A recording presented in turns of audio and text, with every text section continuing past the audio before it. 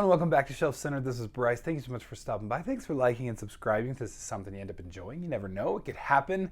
Anyway, this is my top 10 disappointing reads of 2023. What would a good booktuber who's gunning for views do but have a disappointing list? Of course. But seriously, I've always found these series of videos very informative, and I like them on when other booktubers do them, so I figured I better jump into it. So I got 10 for you.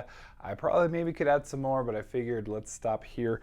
I did put in a manga here. There were actually two that were vying for it. I apologize for that. I'm actually trying to limit manga on the channel, but here we are. So let's jump into it. Number 10. This is actually, it's the least most disappointing, right? That's kind of where I'm at with this list. So the least most disappointing is going to be Frankenstein by Mary Shelley. First of all, am I happy that I read this book? Absolutely. I'm glad I did. It's a classic. It's definitely different than what I pictured and what kind of the media like portrays it to be, or portrays Frankenstein's monster to be. And so I'm glad I read it. Did I like it as much as I wanted to? No. Was I disappointed in it? Kind of, I mean, literally the main thing, and this might be spoilering it, and I apologize, but you know, it's been 100 or 2 years, so you know, you've had your chance. But I feel like I'm the last one to read it anyway. But that whole like it's alive part that you always see in any movie or whatever, it's pretty much glossed over, that whole thing, and it's just done. And really you're dealing with an actual like moral conundrum, which I know people are like, that's what makes it good, and I get it, and I absolutely believe that, and I get that, but I think my expectations were just in the craziest way for it. But again, very glad I read it. Very glad I had the consideration of, you know, who's the real monster in it, because that's really the question there. I think both, honestly. I mean, you can't just get away with killing people and not be a monster, even if you're semi-innocent about it. But I digress. Number 8, this is that manga I told you about. I did include this. This was used in a readathon that I had done this summer, and so I'm using it now as my list. But it was My Hero Academia Volume 2. This one just, I don't know, the first one kind of was really cool, had some cool intro. This one was like, oh, we're kind of dirty, aren't we? I don't know, it just felt like the first one I could like share with my kids. This one was like, okay, wait, I don't know, there's just some like dirty minds kind of parts that I guess I didn't know this was gonna go there, and it was just kind of pretty sexist and stuff. Anyway, it didn't feel great. It felt icky, and I still like the concept in general is very cool, and who doesn't like, especially these days with, you know, heroes, people getting heroic powers and whatnot, and then villains coming in and everything. So anyway, it's cool, but again, I've also been frustrated with that trope of like, let's give them powers, but also let's take away the powers.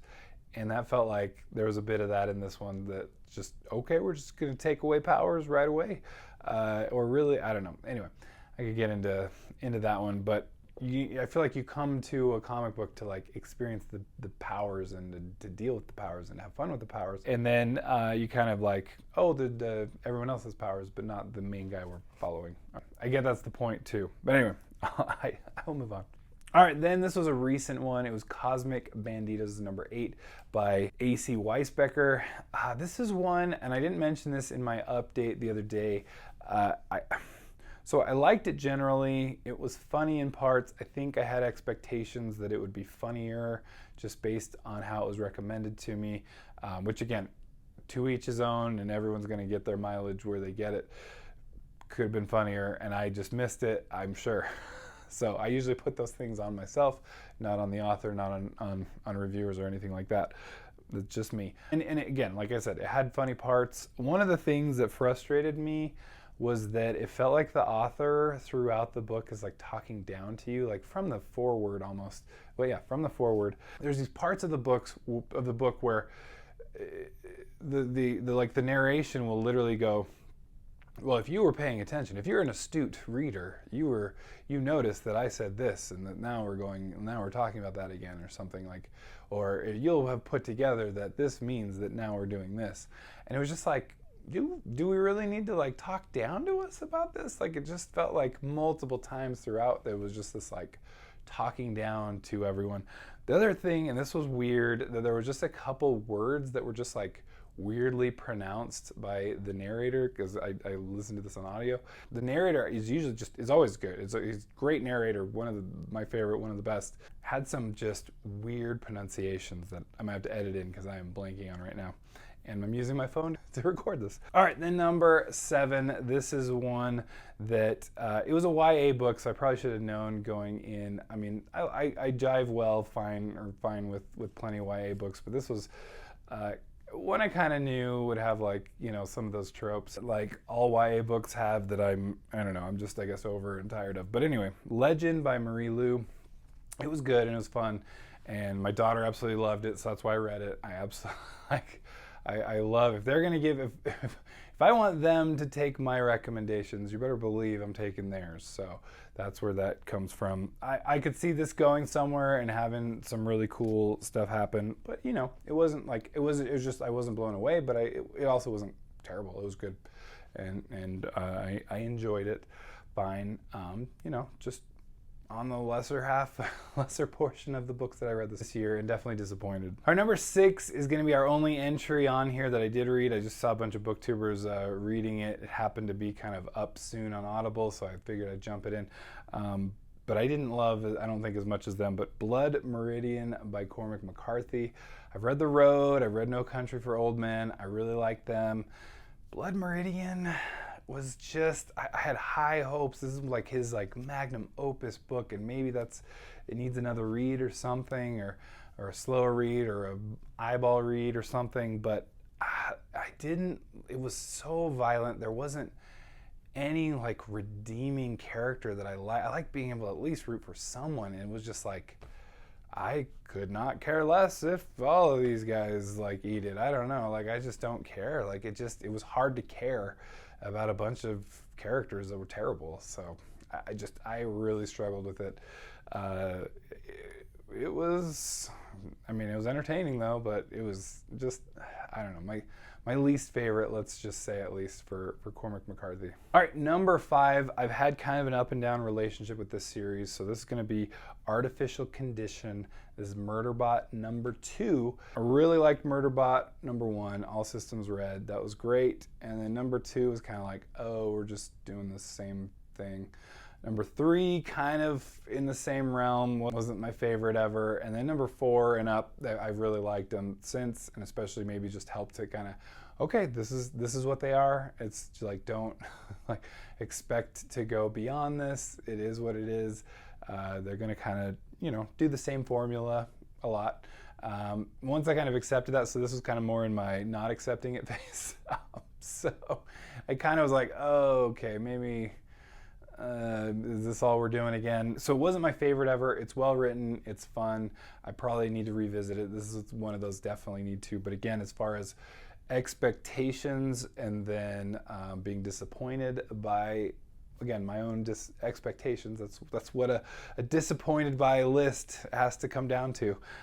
This is definitely one of them. Our number 4, we're going with Travel by Bullet by John Scalzi. Definitely my least favorite in this world. It's the really novellas, and I think they might be exclusively on Audible, as far as, not even in written form at all.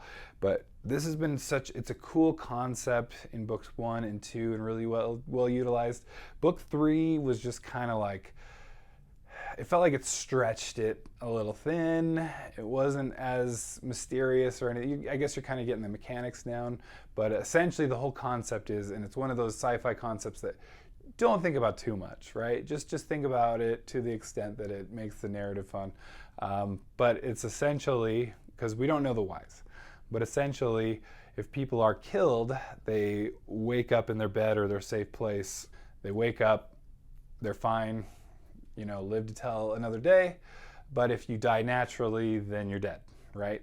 So it's, you know, this whole concept of like, how do you utilize that as a society? And so, you know, you have people, that are called dispatchers. That's why it's the Dispatcher series. They're professionals that are there, I mean, in an emergency room, or they're in the doctor's office when there's a big procedure, or other more unscrupulous places to be there if they need to. If you're going to get injured, just off you, then you're going to be fine. So it's actually a safety measure, which is kind of, again, it's a cool concept. You can't think about it too hard because you're like, well, why would that happen? Why? And stop thinking about that. So it is what it is in this world. But again, Travel by Bullet, I really like Scalzi. It's punchy, just really good writing. It's not as usual, like really funny stuff, but it was good. Again, it's good, but was I disappointed, right? The level of disappointment, I wanted to be at the same level of books 1 and 2, but this is my least favorite so far. All right, then number 3. This is an author that has been redeemed here. So this is only the first one that I ever read, and then I'm glad to say that I am definitely a fan of this author, but this is the first book that I had read. I just heard so many good things. So anyway, Robert McCammon, The Five. I liked the book, but it's Robert McCammon. He's got this kind of level of awe in readers that's like up there with Stephen King, right? It's kind of some similar books. You can go, you know, The Stand and Swan Song, which I loved. That's the redeeming book. So redeemed Robert McCammon. I'm definitely a fan. I'm going to be reading lots more, but those are kind of the two that coincide.